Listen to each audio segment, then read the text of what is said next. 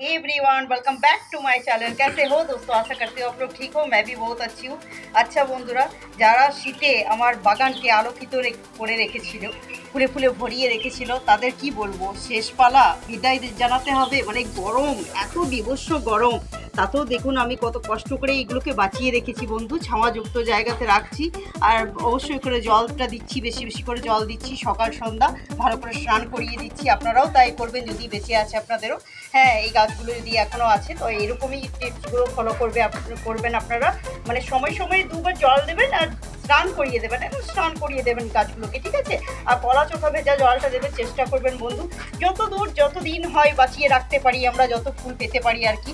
আর গরম তো বিভৎস গরম, জানি না কতদিন ফুল হবে, তবু মানে আমি চেষ্টা করে যাচ্ছি বন্ধু যে ফুল দিতেই থাকুক, গাছটাতে আমি ফুল পেতেই থাকি। তো আপনারাও এই টিপস ফলো করবেন। তো কীরকম হয়েছে আবার এই রানি কালার, ডিপ আর সাদা, দেখতেই পাচ্ছেন কত সুন্দর বিউটি হয় এই ডেন্টিস্টের। আবার বলার কিছু নেই, আপনারা সবাই জানেন ড্যান্থাস গাছ খুবই সুন্দর হয়। তো বাস সেটাতে আমি জল দিয়ে দেবো বন্ধু। এই যে স্নান করিয়ে দিলাম পুরো।